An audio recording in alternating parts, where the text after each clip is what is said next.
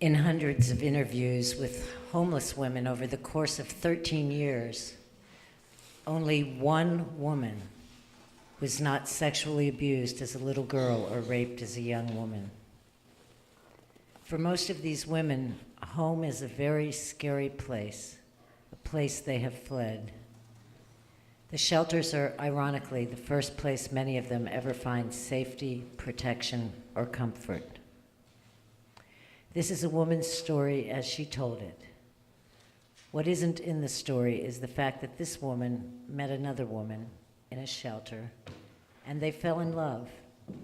And through their love, they both got out of the shelter system.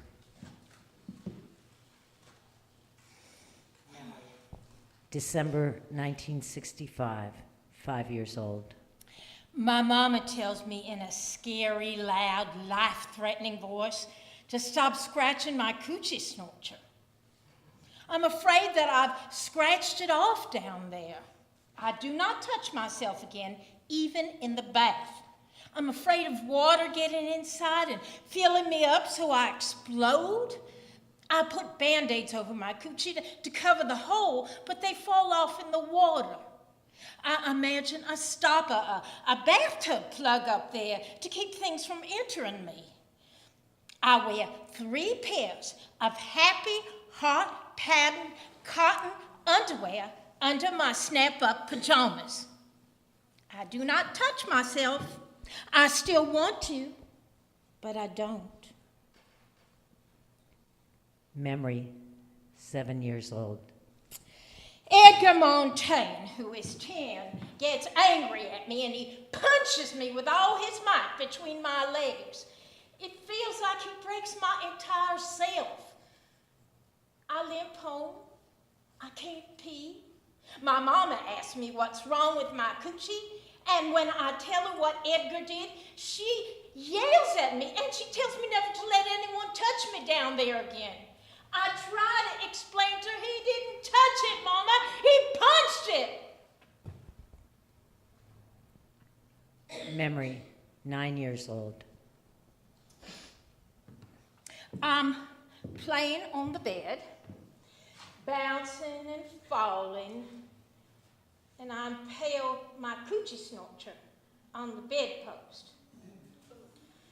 I make high-pitched screaming noises that come straight from my coochie snorcher's mouth. I get taken to the hospital, and they sew it up down there from where it got torn apart. Memory, 10 years old. I'm at my father's house, and he's having a party upstairs, and everyone's drinking. I'm playing alone in the basement, trying on my new cotton white underpants and bra that my father's girlfriend gave me.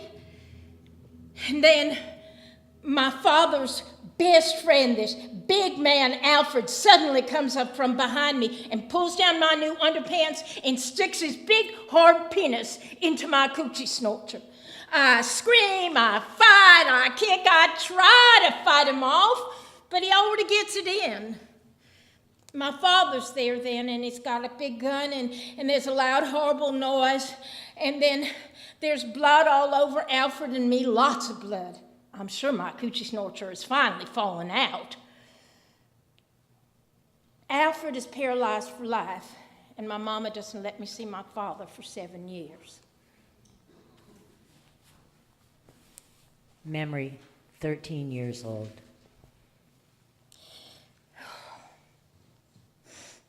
My coochie snortcher is a very bad place. It's a place of pain, nastiness, punching, invasion, and blood. It's a site for mishaps. It's a bad luck zone. I imagine a freeway between my legs, and I am traveling, going far away from here.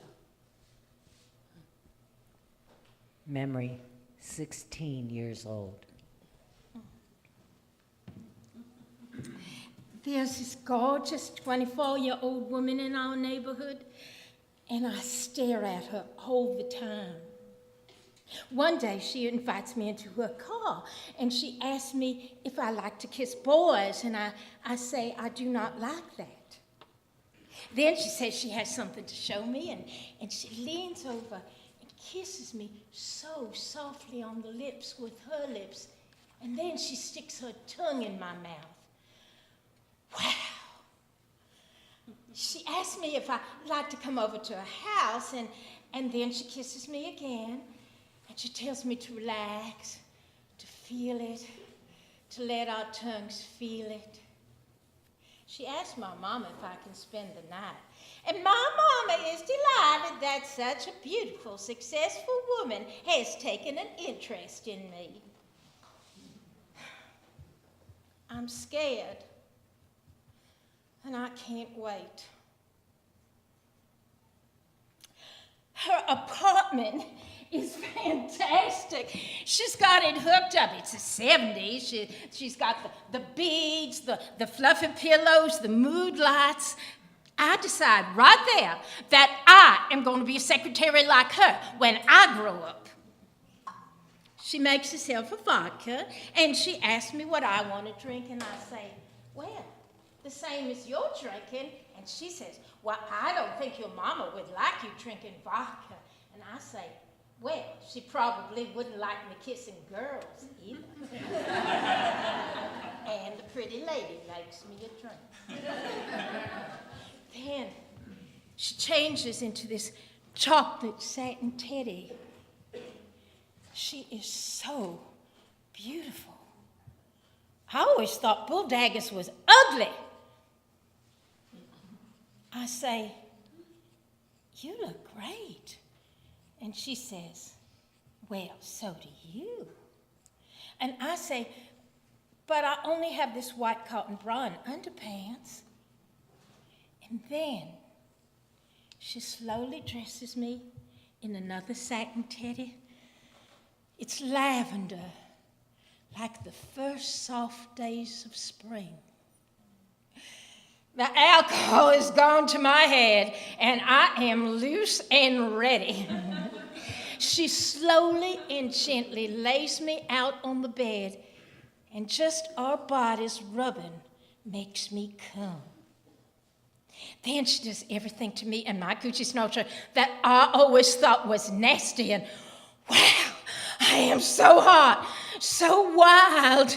She says, your vagina, untouched by man, smells so nice, so fresh. I wish I could keep it that way forever. I get crazy wild, and then the telephone rings. And of course, it's my mama. I'm sure she knows. She catches me at everything.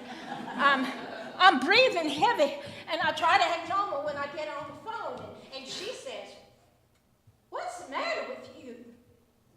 Have you been running? And I say, no, Mama, exercising.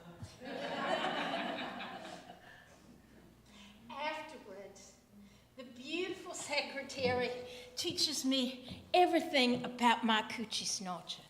She makes me play with myself in front of her, and she teaches me all the ways to give myself pleasure. She is very thorough. She says to me, you must always know how to give yourself pleasure so you won't have to rely on a man. The next morning, I'm worried that I've become a butch because I am so in love with her. She laughs, but I never see her again. I realized later she was my surprising, unexpected, and politically incorrect salvation. She transformed my sorry-ass coochiesnortcher and raised it into a kind of heaven.